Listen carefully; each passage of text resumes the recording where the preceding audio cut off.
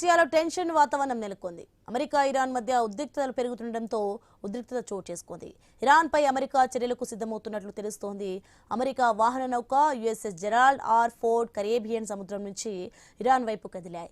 ఈ మేరకు వార్తలు వెలువడుతున్నాయి. ఇప్పటికే భారీ స్థాయిలో ఇరాన్ను అగ్రరాజ్యం సైన్యం చుట్టుముట్టింది. దీంతో ఏ క్షణాన ఏం జరుగుతుందోనని ఉత్కంఠ నెలకొంది.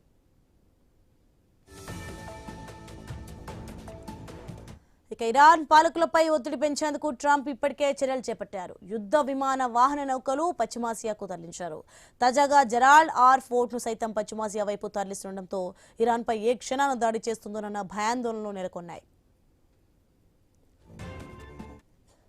ఇక ఒమన్ వేదికగా ఇరాన్, అమెరికా మధ్య పరోక్ష చర్చలు జరుగుతున్నాయి. ఒకవేళ ఈ చర్చలు విఫలమైతే దాడులకు దిగుతామని అగ్రరాజ్యం సంకేతాలు ఇచ్చింది. ఈ నేపథ్యంలో యుఎస్ విమాన వాహక నౌక ఇరాన్ దిశగా కదులుతున్నాయి.